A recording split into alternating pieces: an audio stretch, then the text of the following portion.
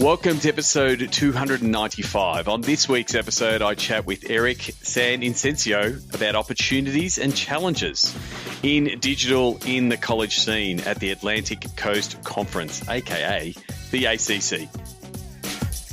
Welcome to Sports Geek, the podcast built for sports digital and sports business professionals. And now, here's your host who is thankful he can attend sports events, Sean Callanan. Thanks, DJ Joel. Yes, my name is Sean Callanan, and I am super thankful that sports are returning to Melbourne. As I might have mentioned previously, went to an AFLW game and recording this now, but by the time this gets out, I will have been to an NBL Cup game. Really excited to see the NBL come to Melbourne. 36 games, 18 double headers, a little bit of a mid-season tournament, a little bit of a hub format. So congratulations to the NBL team, Jeremy LaLiga, obviously former podcast alumni.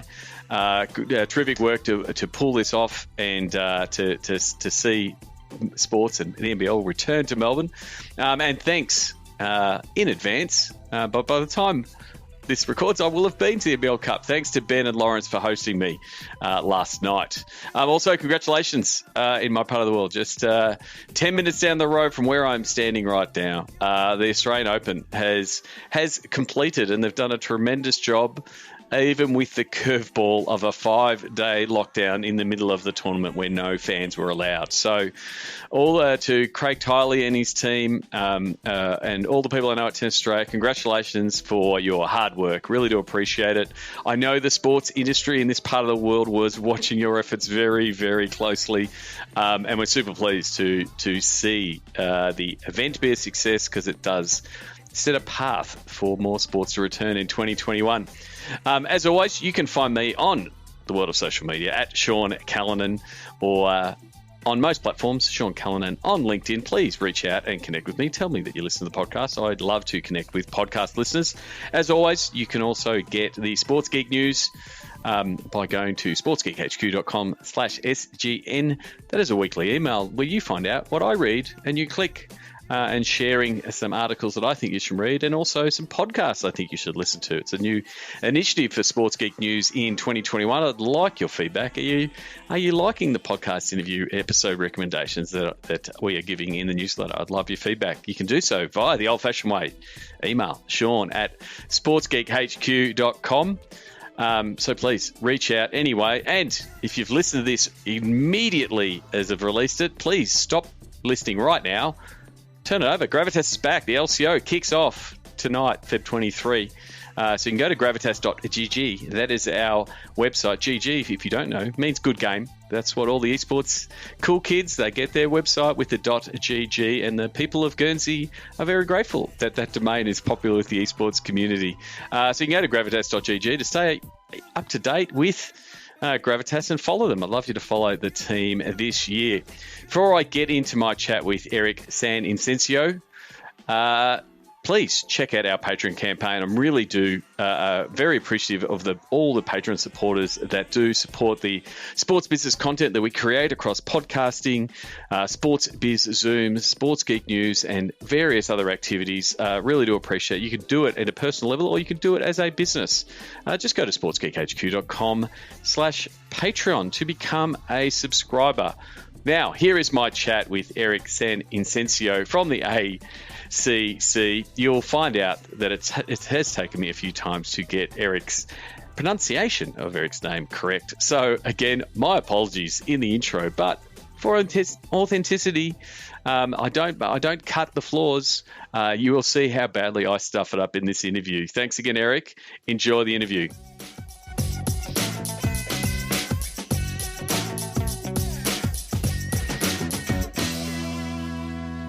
Very happy to welcome to the podcast the Associate Commissioner of Strategic Digital at the ACC, the Atlantic Coast Conference, Eric SanInocencio. Oh, there we go. I knew I'd get it wrong, but I'm going to continue on. I'm going to forge on. Keep going. You got it. You can do it. SanInocencio. Apologies. For the people who don't know, I did that 7 times before hitting record, and I still stuffed it up. Again, my apologies, Eric. Welcome to the podcast. No, thank you so much for having me. I've heard a lot of different iterations of my last name over the years, so I'll just add yours to the group. Exactly. As I say, you can now get to call me Sian at least twice. That's what my Italian barista calls me. So, again, my apologies. Good to see you, my friend. Good to see you again. You attended some of the Sports Biz Zoom calls last year, and wanted to catch up. And normally when I start things on my podcast, how did you get your start in the world of sport? Well, it's been a bit of a winding road. I've been very fortunate. Sports has always been a huge part of my life. I played athletics all the way growing up. I was fortunate enough to get a college scholarship. I was actually the first in my family to go to college, and sports got me there.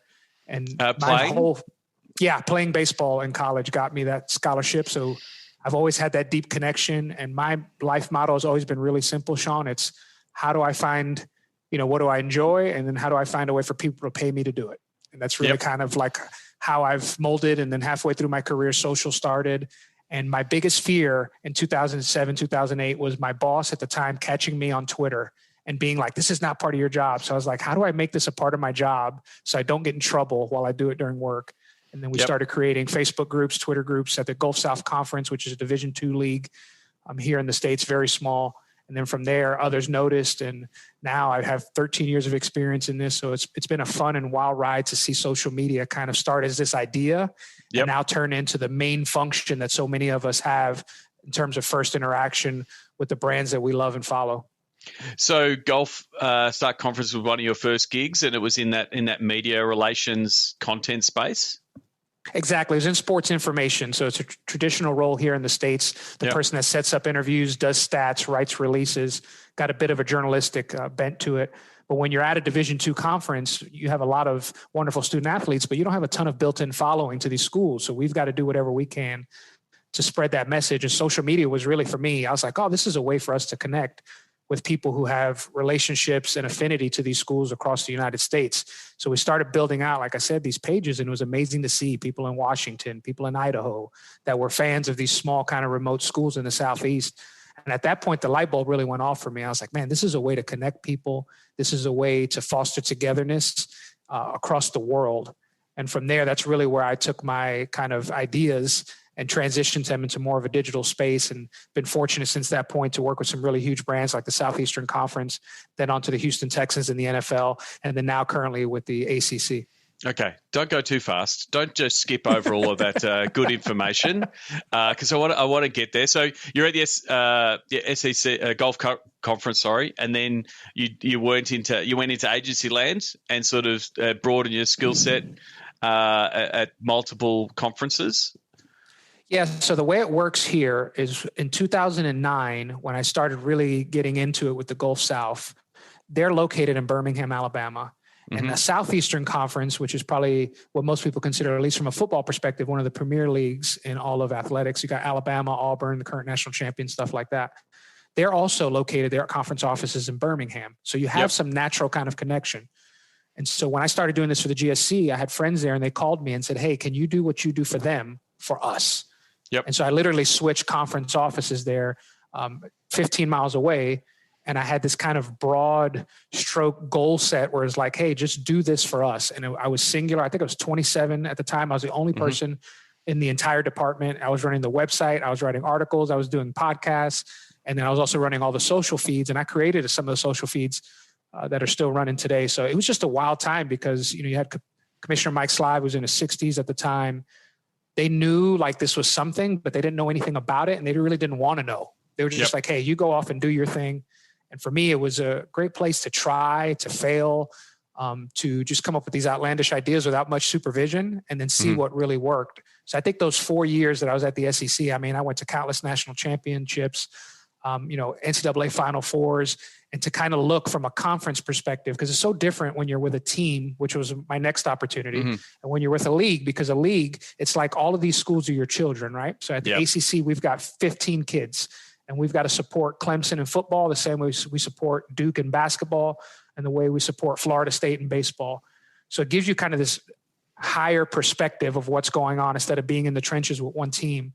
And I think that's helpful sometimes because when you're in social, you get so bogged down with the day-to-day of just trying to get through each event that you're doing that not oftentimes do you take a step back and get that kind of 30,000-foot perspective. So I think conference life affords you that. We don't have games every night. We have certain times of the year where we're going to have events. We have the ACC men's basketball tournament, 1st of March. You can plug it in. It's in the calendar, obviously in non-COVID years. Yep. And you can build up to those moments. It's like the NFL. You build up to the Super Bowl as opposed to working for the Texans, where each week you're focused on your own game. Yeah, I mean, it would have been an exciting time. Like I looked there, you're listing, that 2009, 2012 period it's like every year there'd be a new platform that, hey, we've got to test out this platform. Everyone remember Google Plus when everyone was setting up Google Plus everywhere. It's like, oh, well, we don't do that anymore, right? But it was very much that case. It's like, oh, we've done Facebook, we've done Twitter, we've done Instagram, and then a new gun comes along. It's like, everyone did it. Like, Google Plus is the one that we're making fun of, but it was that case that, oh, this new platform, is this platform going to be like those platforms? We have to do it. And it was a bit of everyone was following everyone in trends and what we're doing, and the platforms themselves were sort of maneuvering. So it was a really interesting time because it was very much in that test, learn, fail, and see what was working until we end up with the big three that we have now, with a few that are around it. And I do really agree that conference level, like the conference view of something, because you're not, I like it when I'm talking to teams and leagues, like people they're not passionate about a league. They're passionate about the school or the team in the league. So It's a really different voice and a different view when you're at a conference level. So you're very much in the college system and that up until that point, and like the US sports system, it's college to pros. And you made that leap. You moved to the Texans. What was the bit of the mind shift and the change going from college life, conference to an NFL team like the Houston Texans?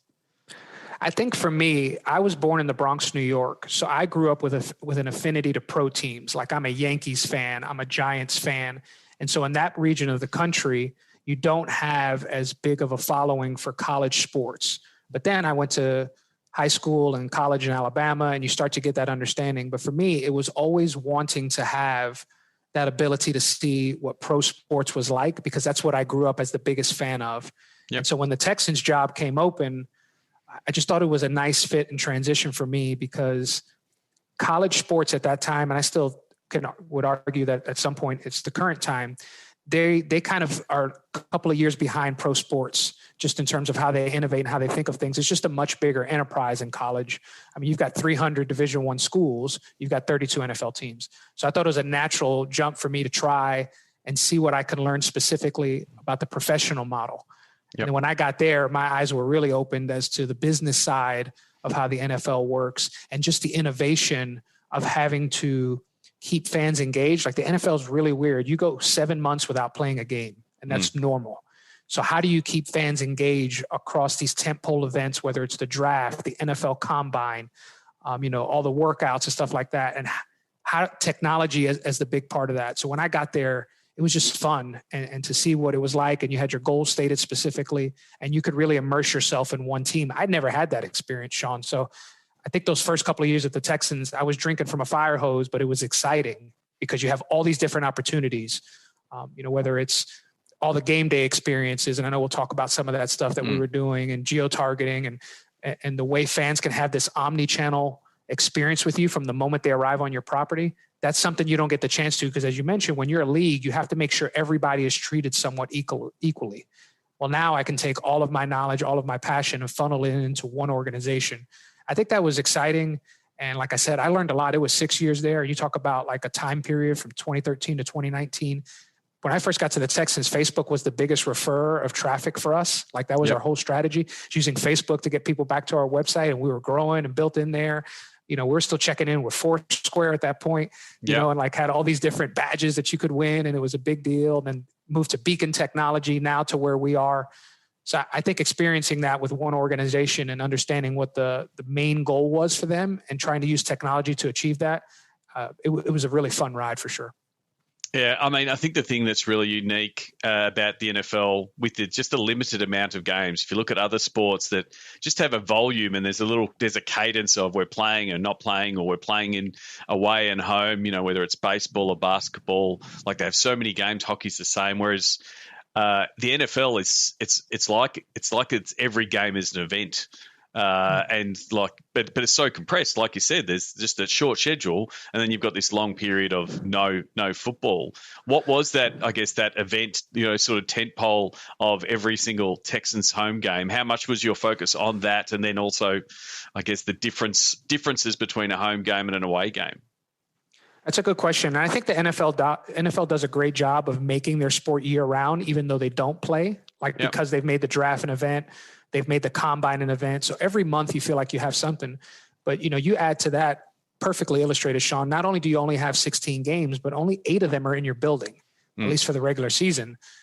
So everything that you have for those regular season games, it's like super condensed into this 3-day sprint where you're trying to activate all your sponsors, trying to make sure you get all your coverage contained. You're trying to make sure that the in-game experience is as great as it can be. So I think those were really fun. And then the away games were just a chance to cover the game as if you were the journalistic entity of the organization. So you definitely had 2 different workflows. Like if you look at the Excel sheets I would build out of our templates, this is what we have to do today. The home schedule was double what the away one was. But again, you had so many different facets. And then one year, I believe it was 2015, when we launched Wi-Fi in the stadium, that took it to another level because we started doing things where, we could geo-target messaging for our sponsors in the stadium. So on top of all the other things, I'm trying to manage how that works, trying to figure out, we had an exclusive deal with Verizon, how many of our customers were using the Verizon 5G as opposed to not, to make sure that we got the messages to them. So every week it was a different puzzle. But the pressure that comes with that, then if you get to the playoffs, it's like next level because everybody wants to be involved then. And if you don't win, like the Bills this weekend or the Packers, your season very suddenly ends. You're playing Sunday, everything. You have a chance to win. As soon as the game's over, your season's over, and then it's done. So the finality of it, I think that's what makes the NFL special, is that every game does feel that important because there are so few of them, and therefore you make them much bigger events because of it. Yeah, very much, don't want to go all Al Pacino, but any given Sunday, fight for that inch. You're doing that in the digital everywhere. You're doing that in a digital sense. Like you're every single, digital inch you're fighting every single week. I wanted to mention some of the activations, some of the stuff you did at the Texans. One thing you did win was a shorty for social good. You won a shorty award, Best in Sports for the Texas Care program. Do you want to tell us a little bit about that and why? Why it won, and what were some of the key components of it? Yeah, sure. So at the Texans, the president, Jamie Roots, who's still there now, he had 3 imperatives every year. One of them was to do great things for Houston. And so that was a big part of our volunteer and foundation efforts. We did something every May that was called, Texans Care Day, where we solicited fans to volunteer across the entire city of Houston and really give back in the name of the Texans. And we had it worked with partners where they were sponsored in certain areas. There was food banks, all that kind of stuff. So what we wanted to do was tell that story in a fun way on social. And the great thing about it is a lot of the players, cheerleaders, and front office staff were a part of that day.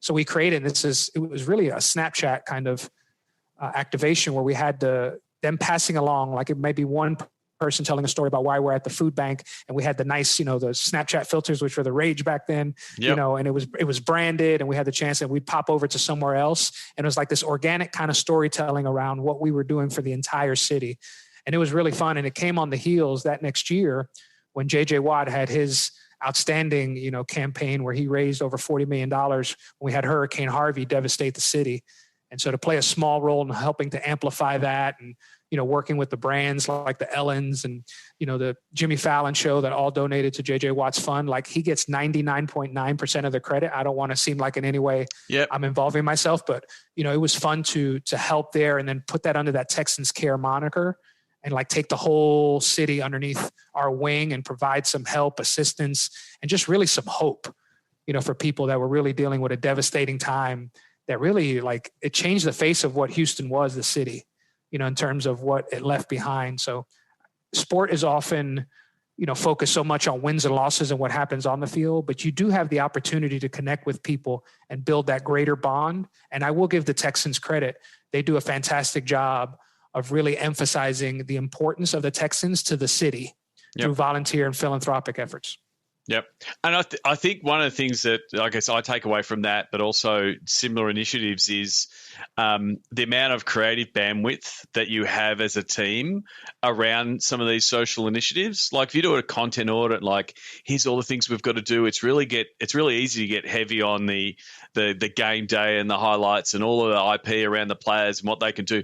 And it's a little bit of the hygiene of sport. Like they're the things you've got to cover. And yes, you've got some creative bandwidths, but time and resources get really crunched in that spot because it's done on a weekly basis. Whereas, things that are, we've got to talk about our community efforts and what we're doing.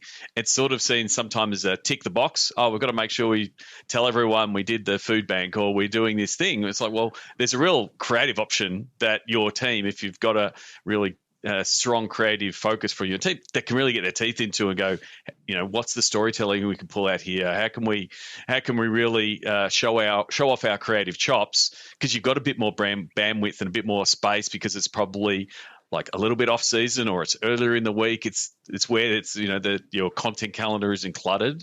It's a real opportunity for your creative people to shine. That then you can then take it back to other parts of the business to say, it's a really good place to say, we can do this kind of stuff. Let us get at it. I'm a big fan of Maya Angelou, and one of her quotes is, it's a longer quote, so I'll concise it. She goes, I'll never forget how people will never forget how you make them feel. And I think sometimes that we get away from that because, like you said, we're so focused on the tangible results, the engagements, the amount of revenue created. But with the right social campaign, you can connect with people in a way that they won't forget ever. Yep. Like J.J. Watt will always be remembered in the city of Houston for what he did in that time of need to support people. And he's not the only one. It's obviously been replicated lots of different places. But I think sometimes we forget that human connection, whether it's something as simple as wishing somebody happy birthday from a very popular brand account, yep, or just answering a question and connecting. If people feel like they have a personal connection to you or you humanize your brand, I think they're much more likely to follow you even in times where maybe you're not as successful. Like people forget, and I know the Texans are having a bit of their issues right now with what they're going through in the front office and finding a new manager and coach and all that kind of stuff.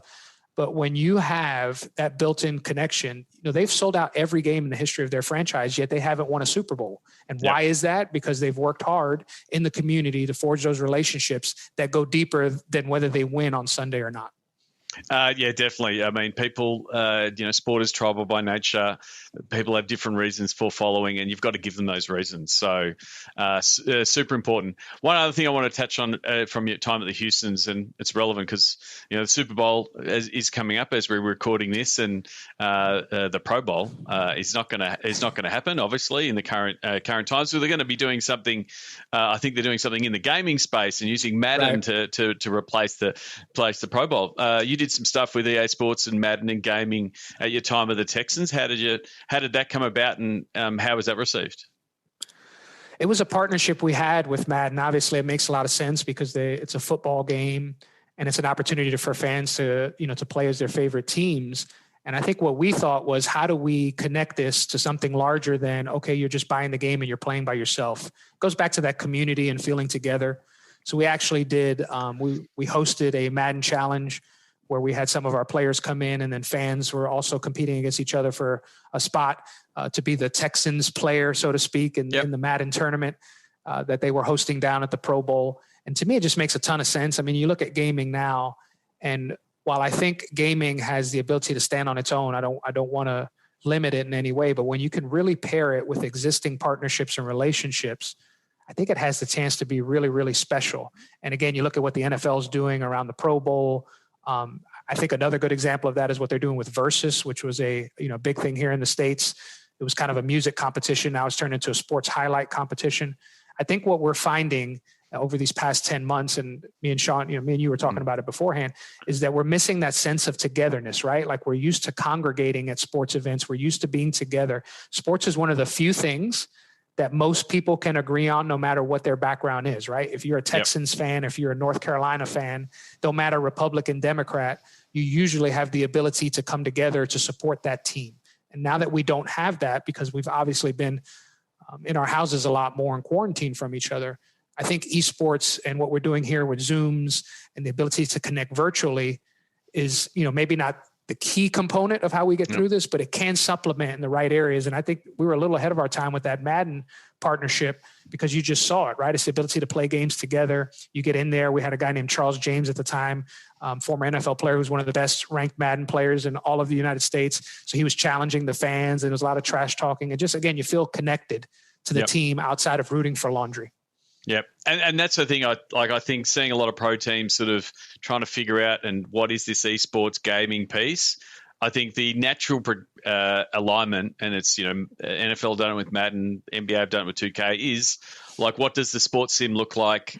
How do you engage your fans? And it's primarily a fan engagement tool to sort of draw them in. I mean, I think the MLS have got to the point where they're, doing jersey reveals in FIFA. Like, that's how popular it is, and that's how they're planning it.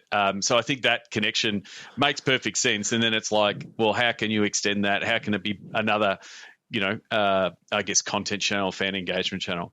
So that's that's like looking at your time in the NFL and at the Texans, and then you are now at you've moved back to the college ranks. You're Associate Commissioner of Strategic Digital Media at the Atlantic Coast Conference. What does that role mean, and what's your part of your remit at the ACC? So I think for me, it was an amazing opportunity to start something from scratch. So at the college conference level, there's really not a position like mine's in place yet. So like I was telling you before, college usually trails the pros by a couple of years. And so I think my role will become more prevalent in college soon. But they came to me and they were like, hey, we know this matters. We know it's important. We really don't have anybody overseeing it. And we don't have anybody that's a liaison or conduit to the schools in our league. And so me, as a natural teacher, natural coach, that was fun, to get in a room with Miami or Virginia Tech and ask them, because most of these people that are running accounts, they were either elevated videographers that did a great job, or they worked, as photographers, or, great Photoshop skills creators. And now they're all of a sudden being tasked with running an organization for social. And they're really two different skill sets, right? Managing and doing doesn't mean that you can't have both, but they're different. And so I've spent a lot of time here just helping them to organize, what does your staff look like? They all say, I need more resources. Well, what resources do you need? How are you tied into your marketing group? Because what we've learned over the past 10 months is that digital obviously really matters. It's becoming the first touch point for engagement with fans. It's the first touch point for revenue generation outside of the live events. So when you don't have them, you got to go to digital. And so now that their bosses, their athletic directors are more aware of these things, when they come to you, do you have a plan in place or the ability to show them something that lets them know that this department's not run by a whim, it's run by a process. Here's the goals that we have. Here's what we're tracking analytically. So just helping them to think that way. And so I've spent, like I said, a lot of time kind of setting that up, and then also organizing the technology for the league. So when we have these big events, the basketball tournament, our football championship game, how are we using technology to make those events better? And I just think there's never been anybody like me in the room. Doesn't mean that we're reinventing the wheel here, but just me being in the room. We had he's a good example. So ticketing went all mobile last year, not last year, sorry, 2020, but 2019. Yep. And so at our event, it was all mobile, and they were nervous. So I was like, first off, calm down. I did this when I was at the Texans in 2015. We're fine. Yeah. But then because I was in the room to talk with them about what other challenges they faced, one challenge they faced is that they had really slow wait times to get into the stadium because everybody went to the same entry point, the same gate. Mm-hmm. Yep. And so I was like, oh, we can fix that. They were like, what do you mean? I was like, well, we can geo-target, and then we can tell people, hey, don't go to gate 2, go to gate 3 because there's no wait. Yep. And they're like, really? And just because I was in the room, we were able to, I could show them the foot traffic moving. And then the following year when we did it, we had the slowest wait times, and we had about 50% of our arena in an hour before the game, 50% of our fans. So that's a big win for us to get them in early, not have any problems. So just how do we use technology? It's like I always say, right? Technology is a problem solver. I think most people think of social and digital as your Twitter feed, your Instagram feed, but really it's more than that. It's the ability to solve business problems. So I keep trying to hammer that home with our group. If you have a problem with, your vendor, if you have a problem with ticketing, if you have a problem with, whether it's NIL or, compliance, these are all digital issues. How can we help you? So that's the way I've tried to position it, and also teach the schools something similar so they can extend that to their campuses. Yeah, I mean that digital as a problem solver is a vital one, because otherwise, if your digital team is just seen as the resource, like, oh, they're the resource that do this, and you're just a head count and not solving problems and driving revenue and being part of the bigger solution, then it'll just, it's really hard for the digital team to grow, and it needs to, because it is, the touch points are so many. It's not just the comms and the content. It can drive more people, again, in a new world, more people into a stadium and those kind of things. But they're the outcomes of digital that sometimes are hard to make those connections. But as a digital team, you need to be pushing yourself in that way. Can't talk about all things digital and the like without talking about the year that was 2020. What were some of the challenges of being in that role? Like, you were still probably 6 months into that role, sort of when COVID hit, and you made the transition to working from home. Like, what were some of the things in, like, managing your team, working with your team at the ACC, but then also working with all the different colleges? I'm assuming obviously your travel schedule would have been much lighter. Like, I'm assuming you would have been going to colleges, and a lot of that was virtual. What were some of the differences and challenges in the experience over the past 12 months? Man, there's so much to unpack there. You're right. I mean, I'm at home right now. We haven't been into the office full time since all this happened back in March. So you're right. We had to go from, there's one thing I learned about sports and I took for granted, is how much of our schedule is built around the sports that we follow.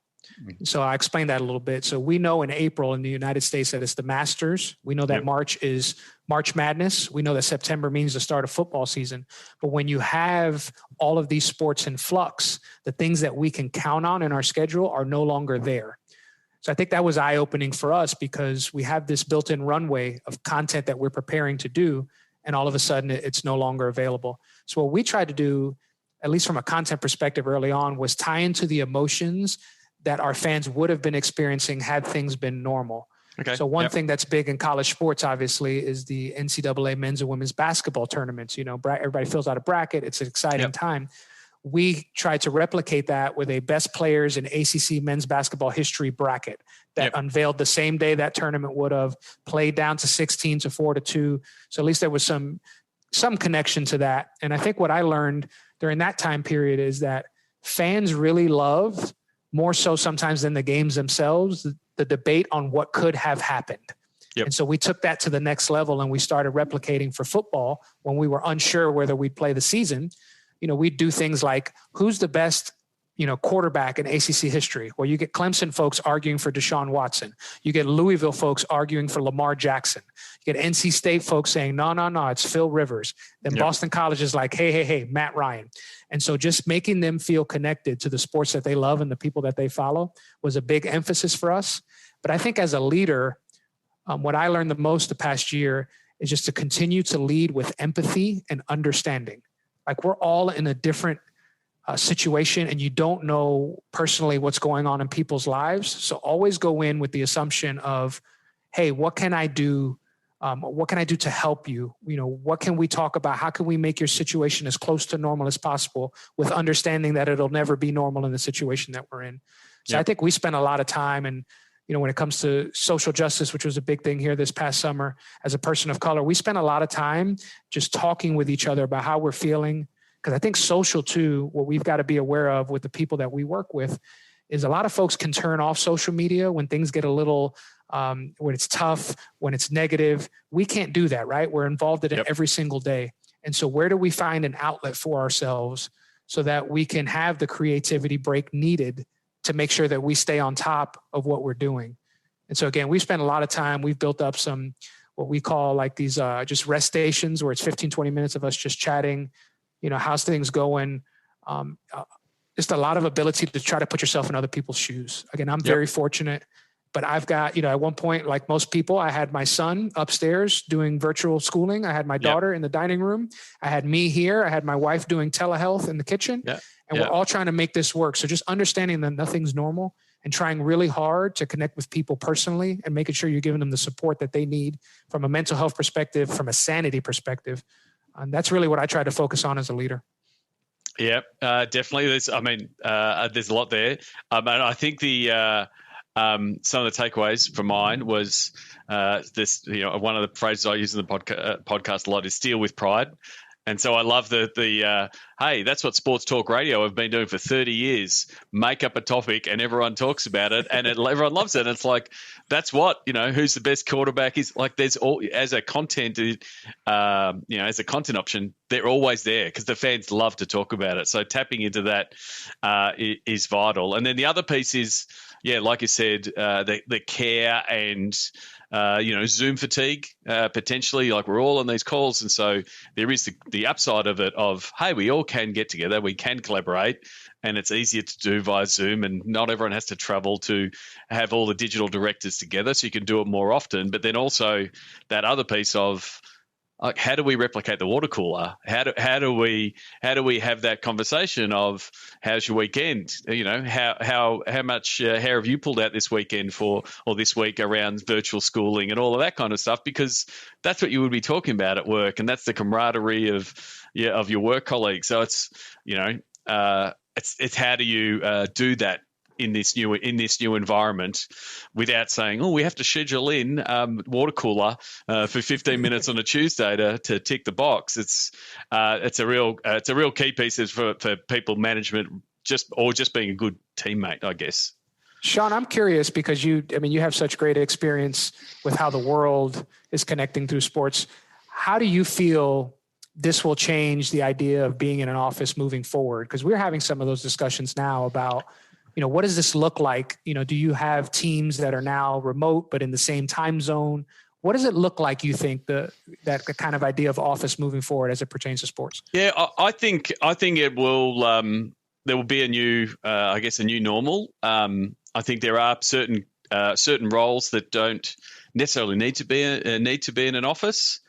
So I think office footprints, or the office footprint of sport, potentially could be smaller. But I also think there will be more people coming together on certain days. Like in my part of the world, people are starting to return. I think 50% of public companies are allowed to now return to the office, and so there's this rotational system of when you're going back. So I think there might be a cost saving in smaller footprints from an office point of view, but then there also might be more flexibility on tapping into resources that are particularly specialised. So we might see more use of freelance graphic artists or freelance videographers, that kind of thing, where and that might be people who have been doing that for many, many years. So spoke to Tyson Beck recently, a graphic design artist that's worked out of Adelaide for 10 years, and he's worked with the NBA and Topps and a whole bunch of brands, and he's always done it in that model. To people who unfortunately have been furloughed or moved on, or as departments have downsized, but they find themselves in that role, and they actually can get the flexibility of potentially working with 4 or 5 colleges in the ACC and offer similar services. So I think some of the hang-ups of, surely we can't let Eric be at home and do work. Is he really doing work? Can we get someone to look over his shoulder and just check his work? Like, that trust issue that was there of working from home that existed up until early 2020 has gone away. It's like, oh, everyone's worked from home for 12 months and everything's still getting done. Oh, we can trust these people. So that trust between employer, employee, or or contractor and freelancer, those kind of things, has grown. So I think that's a positive. And so people will be able to work from home. There won't be that, hey, who's that small person behind you on the call? Like, we're professional. Like, that's gone out the window. And so I think there's some of the, if we're looking for positives, like, they're positives to say, oh, I'm doing work and I can be a parent and I can homeschool and I can go make dinner and I can finish my work at 9 o'clock because that's when the kids are in bed. Like, that flexibility, I think that if, as industries embrace it, and I think sports embrace it, will actually be good. It'll keep potentially more people in the industry, and potentially open up other opportunities. And then freelancer opens up that piece of, oh, we've got a big campaign, we need to scale up. Oh, now there's a better infrastructure to go, oh, I'm just going to pull the trigger and that person's going to help us with their campaign. So I think there's going to be a few more levers that you can pull as someone running a digital team or a digital department or a brand. That I guess the flexibility of work from home freelance will be. So yeah, that's sort of I guess my take on that space. It's interesting because of most of the department sectors, I would argue that we've been busier since the start of the pandemic as opposed to others not having as many opportunities to engage. I think the entire focus shifted right when pandemic hit to digital. Yep. And I think most would argue that we were understaffed to begin with. So there's this kind of malleable idea and platform of what this looks like. So I'm fascinated as just somebody, I pick your brain a lot about just high level things. What do you think? Because what I find fascinating is now we understand digital's importance, but how do we get the infrastructure in digital? And how do we make sure that it's married in? Because digital was always built, at least in my experience, on the back of something else, never as its own department, right? So in college, some digital departments report to communications, some to marketing. They were never thought of as their own entity. They were okay, we need to do this. So, hey, you guys that are already doing marketing, I'm just going to add this to your plate. And I think the paradigm shift over the next couple of years from brands understanding, the digital spend is already outpacing the television spend, right? So we know this is where the dollars are going. How do we kind of reevaluate what these organizations look like from a digital structure? I don't know over there what it's like, but we don't have many, I would say, chief digital officers. Yeah. We don't have that here in sport. I think the highest you might see is a vice president of digital.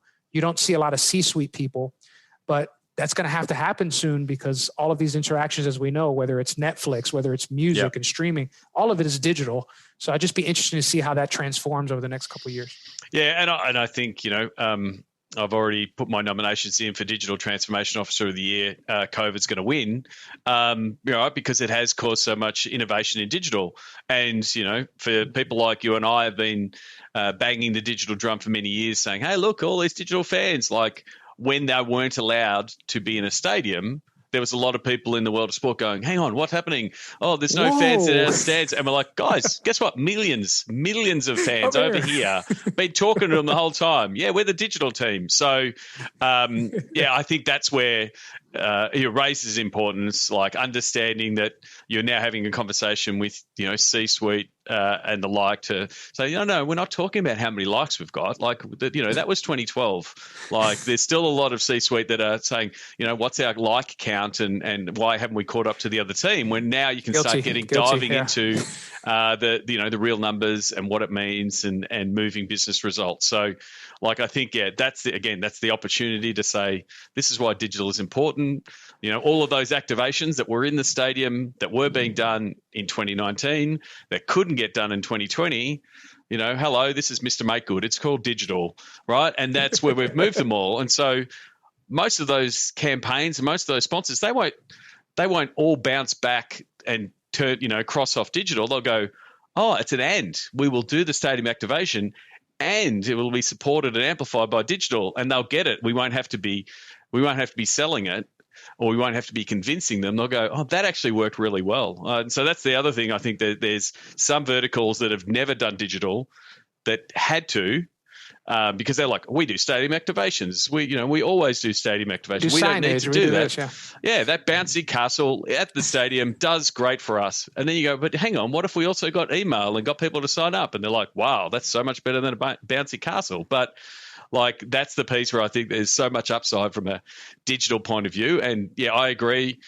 Chief digital officers aren't there. I've been joking that that's pretty much my consulting role. I come into a team and effectively act as a chief digital officer and sort of help connect the dots between different departments. I think that will continue to evolve as people come out of this and realize, hey, this is a real important part of a sports business. I think it's wonderful too, because what we're thinking about digital, and I know you got questions, I'm sorry, but this is just kind of the way my mind works. It's gone from how do we reach scale all the time to now much more personalized experience in digital. Your Netflix queue is different than mine, right? Yeah. And the way we expect brands to interact with us, not only do we want that one-to-one connection, but we expect that you should know what our preferences are going in. So as we're even talking about the simplest levels of, having a fan order food at the stadium or something like that. We've got to get to the point where we know that person orders this, this, and this, and we should have it for them the moment that they sit down. Like, it's even taking this large cloud of data and then finding the personal connection to each one of your fans. And now that's hard. It takes a lot of work and connecting the dots, like you said. But to me, that's even the more exciting piece, because we're not just spraying and praying anymore. Now we have the ability to take it all the way down to each individual interaction. And there's a special way to make that person feel, like I mentioned earlier, personally invested in your brand and your team. And you have the ability to do that through digital because of the information and the ways that that they work into what you're doing as an organization. So I find that fascinating, because now we've got to drill down even more. And that, I don't know, to me, that's a really fun challenge. And it is that piece is, the opposite, to sort of take that. It's the opposite of some of that early digital, because early digital was, how do we grow the audiences? How do we get to as many people? How many viral videos can we get with as many millions of views? That was the success piece. Whereas now, setting up a new content series or doing something that drives deep, but with a particular, I will say niche. For my American fans, we'll call it a niche, right? Like, that dives deep with that niche, right? And that small audience, but it's really deep and, creates a bond, and those people end up, following the team, back to the point, following the team or following the conference because of that. And there's success in, we have a podcast that only 100,000 people listen, as opposed to a TikTok video that has millions of views. And it's like, there's a real reason why this worked. And it's not, we're not selling the millions, because you want, deep engagement with that particular audience. And so I think that's where there is also that piece of, we're not going for the, mass appeal, mainstream, please everybody, because there's some content pieces you can build just for a particular segment. And that's the purpose, to engage that segment in a deep and meaningful manner. And potentially you might get a commercial outcome, whether it be a ticket buy or commercials partnership that really matches with it. And that's where I think there's some exciting stuff ahead for the world of digital.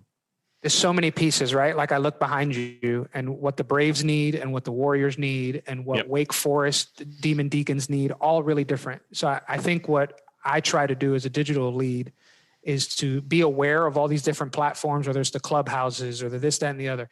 They may not work for me today, but there's an opportunity there in the future, just if you know everything that's in your tool belt. And to your point, we're going to get to the point where we're running campaigns specifically tied to each one of these channels that don't overlap with each other, and just building all these different personalized and smaller communities. And like you said, that's so antithetical to what we were doing 5 or 6 years ago, because we were trying to amass.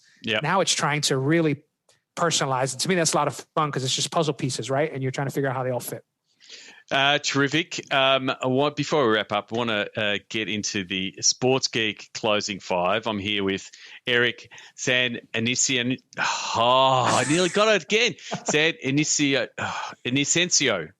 There you go. SanInocencio. Again, apologies. I'm trying. No, you're fine. I'm trying. You're fine. The Sports Geek closing five. Do you remember the first sports event you ever attended? Yes, it was a New York Mets baseball game. We went, I believe it was April. It was freezing. I remember being underneath a jacket for most of the time. But a young man at Old Shea Stadium. Old Shea Stadium, but I remember a young man named Darryl Strawberry hit a home run. And if you want to talk about affinity and growing with somebody, he became my favorite baseball player from that point forward. I think I got like 40 of his cards. Okay, and I loved him just for that moment. So. Okay, so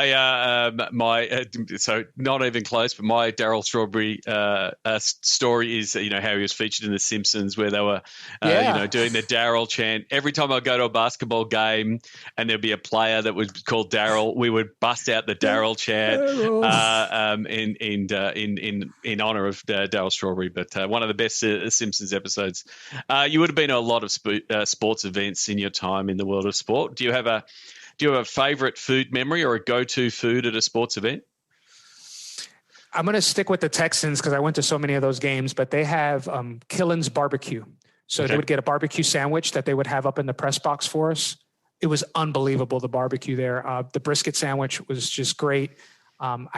We ate so much food. That's the one thing about these sporting events. When you're working in the press boxes, they just overfeed you. But that's probably my favorite, the brisket sandwich. I have heard a few people because there hasn't been any press boxes to go to, and they're like, actually, why am I so light? Oh, that's right, I'm not going to so many sporting events and just hitting up the press food bar there. What's the first app you open in the morning?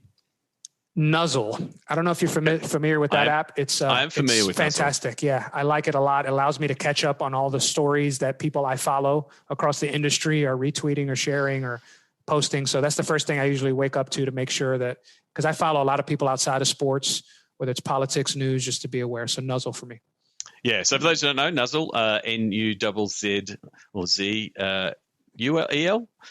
So it's an app that curates effectively your social feed and says, here's all the stories your followers are sharing. So it effectively bubbles up effectively what your network is sharing. And I'm a constant user of it. Check the email every day. It's one of my secret sources that I use to find articles for Sports Geek News. Because it really pulls it in. I mean, I don't know why Twitter just doesn't buy it, so it's integrated into your feed. It's a perfect matchup for mine. You would think it makes too much sense.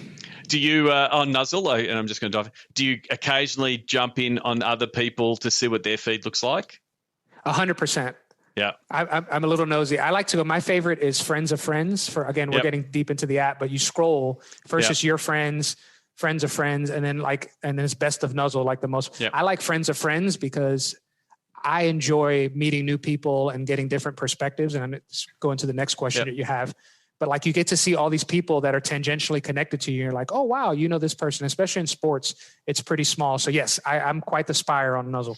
But the Friends of Friends thing is important. And again, we're getting deep in the weeds, but that's what it's my podcast. This is a Nuzzle. The Nuzzle deep commercial. Dive, right? But the thing is, then it also gets you out of your bubble because again, Twitter is a good example. When I say, you sort of get comfortable and cozy, you go, cool, I'm good. And when's the last time you followed someone else on Twitter? And it's like, oh, well, I did it when I started and I found you people. And then it was like, oh, I'm fine. And it's like, Twitter has started to say, hey, you should follow other people. It's taken a long while for it to do that. And that's like, for sure, yeah. You don't actually, you end up in these are the people I talk to. Oh, who else should I talk to? And so it does help with that piece. Both big fans of Nuzzle here. Let us know if you're on Nuzzle. Send us a t-shirt. No, I'm just kidding, Nuzzle. Send us a t-shirt. Yeah, exactly. So then the next question is there someone that the podcast listeners should follow that you follow, and why? Whether it might be someone on Twitter or it might be an author or it might be a colleague, what would it be? So I'm going to go with two different versions, because I think on Twitter I enjoy following topics more than people. Like I obviously have the people I follow every day, but I've really tried to push myself to think more from a marketing mindset instead of social and digital and understanding. So I like the hashtag marketing and then hashtag marketing Twitter. There are lots of people there, whether it's educators, people who work for big brands outside of sports. Again, I always come back to, because sports is a bubble and you got to get out of it. And I think on the book side, I'm a huge, obviously, Malcolm Gladwell fan. I've read a lot of his books, and not because I agree with everything he says, but he makes me think in a way that challenges kind of my natural, idea of how things should run. So I would say marketing Twitter, and then Gladwell, like you can read Blink, you can read, there's a million, I'm Talking to Strangers, which is the one he just came out with a bit ago. I really enjoy those two. Anything that makes me contemplate a new way of understanding, you've got me hooked. That's usually what gets me. Yeah, I've read a few of the Gladwell, and I also I like him when he gets on a podcast and someone starts sort of picking away at his brain. He has got definitely a unique view of the world. Last question: what social media platform is your MVP? And you can answer. You get two answers. You get to answer this as the ACC, and you get to answer this as yourself. Like I give you two answers, but you only get one. Like I'm really strict here. We're not giving out participation awards here. You only get one MVP. Okay, for the ACC, our MVP is Twitter. Yep. Just because we are smaller still and we're trying to grow to larger audiences. So that's the biggest way that we can reach many people as we can. I think personally, I'm going to go off the board. I don't know if this counts, but I count it. For me, podcasts are the MVP. Oh. I listen to like 20 podcasts a day. I'm a weirdo, Sean. I listen on 3 times speed. Oh, 3. Okay, so I have 3 times speed. So I will listen to podcasts. I go for a walk every day at lunch when my kids get home, when I'm running. So podcasts to me, like I listen to, whether it's Gladwell's podcast, whether it's data podcasts, social podcasts, they're the MVP because it introduces me to all these different worlds and it stimulates my mind in ways that are fantastic. So I don't know if podcast counts as a social podcast. platform. Hey, you're on a podcast. It definitely counts. 3 times 3. Bravo to you. It does. It's hard coming off a high speed. It and is. then talking to someone, you're like, with the music what? too. The music though, Joe. Yeah. Why? Why are they say drunk? And no, that's normal speed. Like it's really, and, I constantly do the. If you listen to my podcast at 2 times, please let me know and I'll speed up when we meet in real life because it's like, wow. So as a podcaster, I'm a big believer that podcasting has a discovery and a marketing problem. Like it is hard to there's not really good platforms to tell you this is a good podcast, and so it's so reliant on word of mouth. Right. And so this is my call to action. If you're listening to this podcast, please tell a friend, right? That's first. That's to you, the listener. So then I'm going to ask you, and because I always, when someone says they're a podcast listener, I say, well, so what do you listen to? So what is in your queue? What are some of the podcasts that you listen to that potentially, and again, you can go off the board. It can be other sports, business, marketing podcasts because, as a podcaster, I'm always looking for other podcasts because I know, I put out 1 episode a week, hopefully, if all things are well. That's 1 hour or, in your case, 15 minutes of your week. And, if you've got to walk or back in the olden days when people had to commute, like I sort of look at that hour commute that people have potentially to and from work, like that's 2 hours of podcast time. Like that's where you just go, sorry, radio, I'm never doing you again. I'm picking content I like. But then you've got to fill, whether it's that 20 hours or 15 hours a week with podcasts. So you're looking at your podcast app now. What are the podcasts that you listen to? So I'm going to give you one narrative podcast because I love those that tell specific stories about things that happen in business. My favorite one from the past year was something called We Crashed. Okay. It was a podcast about how WeWork took this meteoric rise and Adam Newman was like this god for a while. And then it was all kind of built on the back of some shady dealings and Alibaba and all that kind of stuff. So I really enjoyed that one. I think for one that I listen to every single day, I would encourage people to listen to a podcast called The Moment with Brian Koppelman. Big fan of Brian. Yep. He's a writer. For those that don't know, he wrote Billions, The Rounders. And what he does is he has people on and he gets them to talk about these deep kind of connections to the way they think about the world, the way they think about their craft. He had one with Doc Rivers a couple weeks ago, Sean, that was just tremendous. It was on leadership and the ability to understand, what certain people need from you. So again, I keep coming back to these same things, people that make me think differently. But The Moment with Brian Koppelman is one that I look forward to every week. Even if it's a person I've never heard of, he has affinity for 70s rock band, people.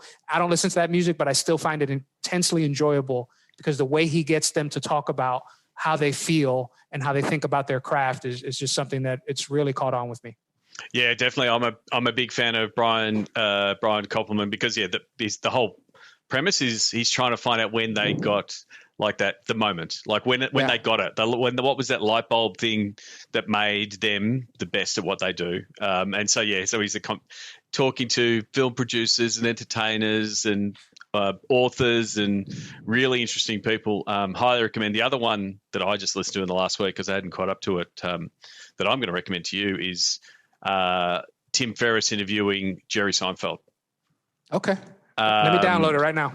So Tim Ferriss, I'm a bit of a hit and miss with Tim, but one of my favorite ones is I think he did an interview with Arnold Schwarzenegger about 2 years ago, and that's absolutely another really interesting deep dive listen because he really goes into the craft of your process and those kind of things. And for Jerry, and I'm a big Seinfeld fan, he talks about the craft of creative writing, stand up, and how Jerry gets around doing it and effectively hacking his mind to get his work done. So if you're someone that gets stuck trying to be creative, trying to work, Tim really unpacks how Jerry Seinfeld does it, and has done it for many, many years. So, definitely worth a listen. Eric, where can thank you very much for your time today. I really do appreciate it. This was fun. Yeah, this was a lot of fun. Where can people find you on this wide world internet that we have? What are the best platforms for people to reach out and say, Eric, I really appreciated the conversation, and I hope that I say your name better than Sean did. No problem. Twitter at Eric San, so ERICSAN. I think LinkedIn is always a great place to find me. Start with my last name. There's not many of us with that last name, so I should be easy to find. Those are probably the main two platforms. I usually try to respond to just about everybody, especially students, people who are looking to get advice or understand a little bit more about my story. I'm happy to do that. So reach out. And if there's ever anything I can do to help anyone listening in terms of getting into sports or better understanding the digital space and wanting to make it a career, please feel free to connect with me. Well, Eric, thank you very much. I hope in the very near future, when the world starts becoming back normal and we're allowed to travel, I hope to be in your part of the world and potentially No. being at I got to ACC go over there. Game. I'm going over there. You're more than welcome to come here. I'm happy to host you at a game at the MCG or the like. But yeah, once we let people in, like I don't think I'm allowed to leave, and I don't think we're letting anyone in. It's the advantages of living on a big island, but it does restrict my travel options. So I am longingly looking through my Google photos of travel and of the past, but I hope to do it in the future. But thank you very much for coming on the podcast, and I look forward to chatting with you soon in real life or in Zoom. Thank you very much, Sean. You have a wonderful week. Find out more about Sports Geek's Digital to Dollars process at digitaltodollars.com. We'd love your support on our Patreon campaign. Go to sportsgeekhq.com/Patreon. Thanks again to Eric SanInocencio at Eric San, S-A-N, on Twitter. Please send him a tweet. Tell him that you've listened to the episode, and please connect with him and check out some of the things he's writing on his LinkedIn page. They will be linked in the show notes. You can always find the show notes and everything in the podcast by going to sportsgeekhq.com and then just following the links to the podcast and find the episode that you are looking for. One thing I am excited about, and I want you to stay tuned, the interviews are booked. I cannot wait to announce our Sports Geek Amplified cohort. I absolutely know you will love them. The whole idea of the Sports Geek Amplified series is to profile businesses that are going to help sports bounce back. And we're going to dive into how they go about doing it and how they can solve problems for you. You can go to sportsgeekamplified.com. That's it. It's that big. We've got a new domain for it. That's where you'll be able to find everything. You can register there for a sneak peek and early access one day before it gets released to the podcast platform. So go to sportsgeekamplified.com to check it out. A little bit of a teaser, a little bit of a sneak peek, but we're not telling everyone who's part of it just yet. But I am booking the interviews and having those conversations over the next 2 weeks. So I'm getting absolutely pumped to share these stories and these technology partners with you. Don't forget, all Patreon subscribers are going to get that early access, and they're going to get a few little snippets of bonus content. So if you're a Patreon subscriber, keep an eye on your inbox. And if you are a sports technology or a marketing solution that can help sports bounce back, we are starting to take applications of interest for Season 2 of Sports Geek Amplify. So please go to sportsgeekamplify.com and register your interest. We'd love to hear from you, and we'd love to help sport bounce back. Before I wrap up this episode, what I wanted to do is to talk about a little bit of a fight that's happening in the world, in my part of the world. In my part of the world, in the digital world, which is really my world.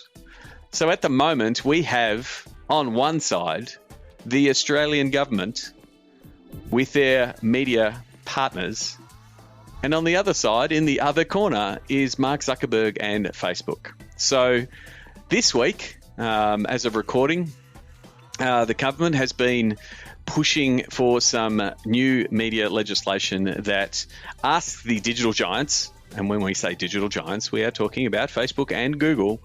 They want the digital giants to pay the media outlets for their content. And they were bringing in legislation to effectively enforce that.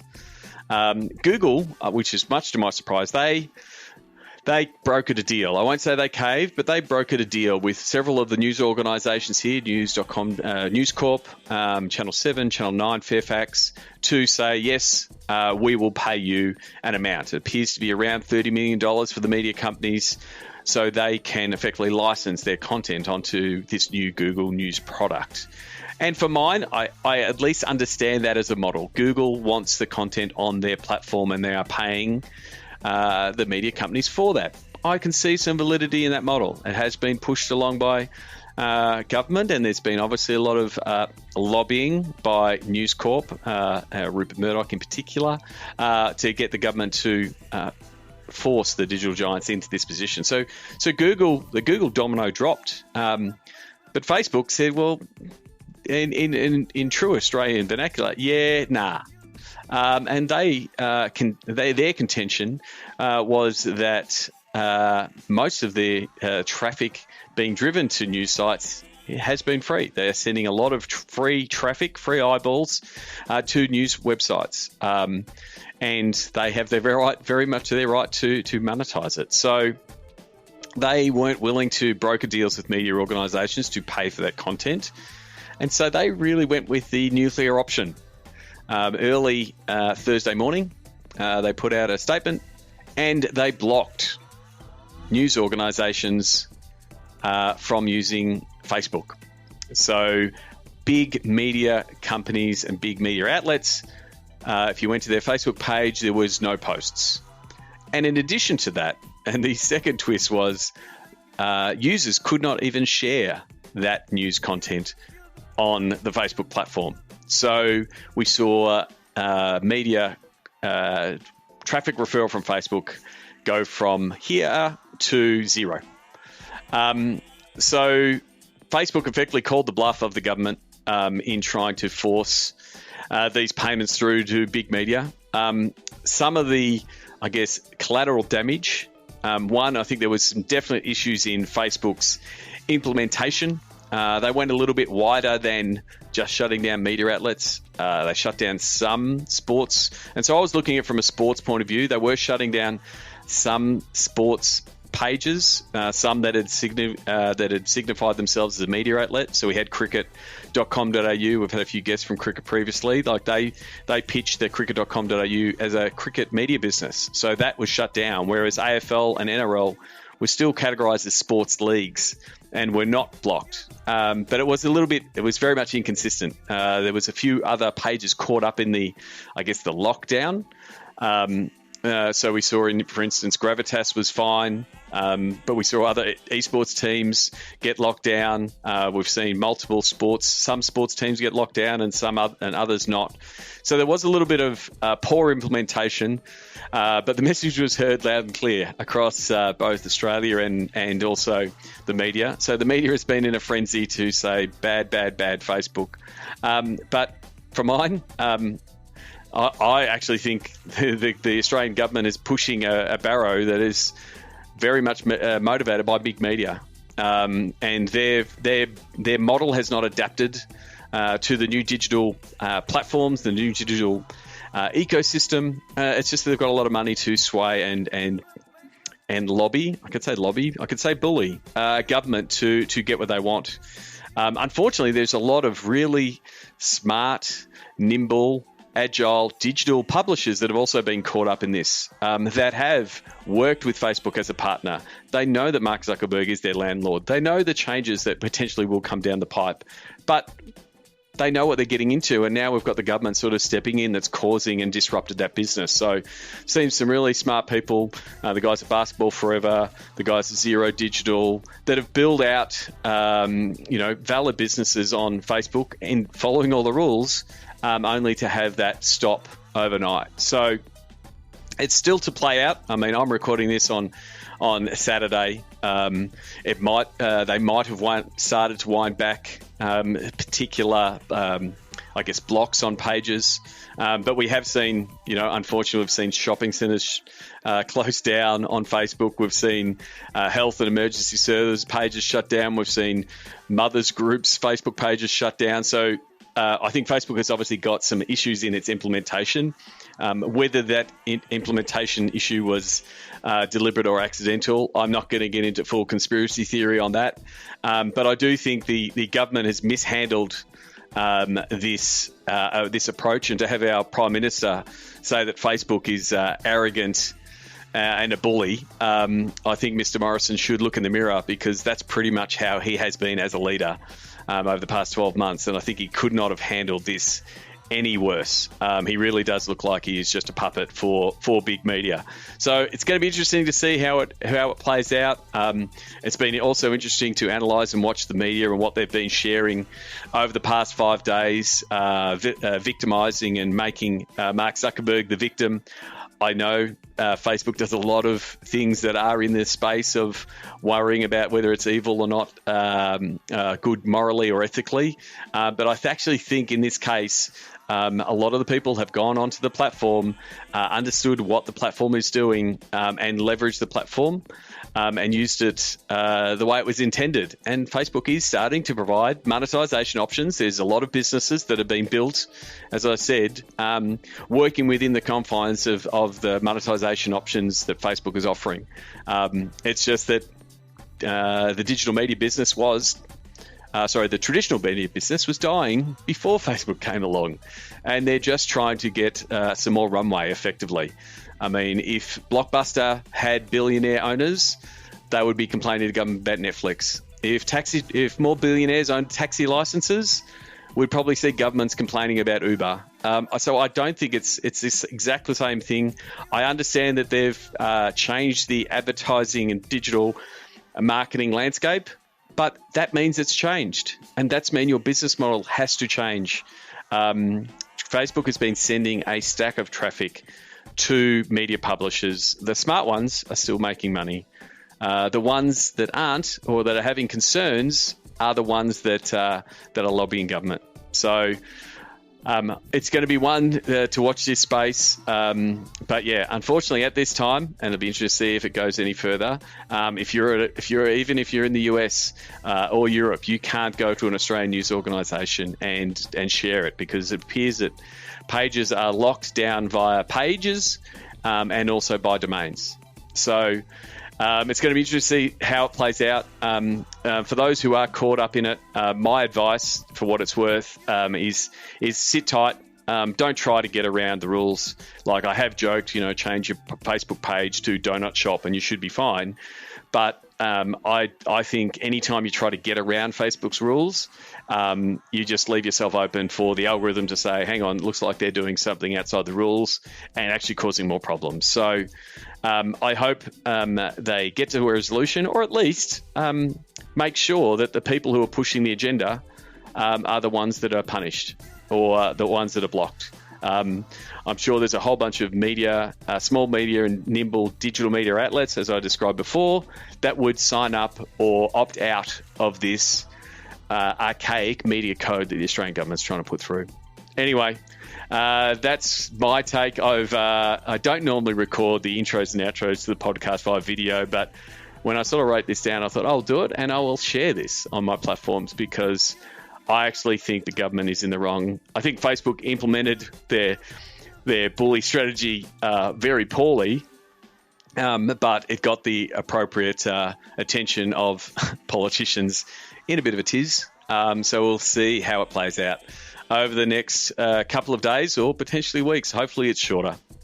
That's it for this episode. As always, I'm available. Go to sportsgeekhq.com. There's plenty of prompts there to either book a phone call, book in an office hours if you're looking for a new job in 2021, or let's have a chat about how I can help you. I love working with podcast listeners, whether it's working on new content initiatives, helping you review your content and social media efforts. Maybe you might be concentrating on other platforms if there's problems with the world of Facebook.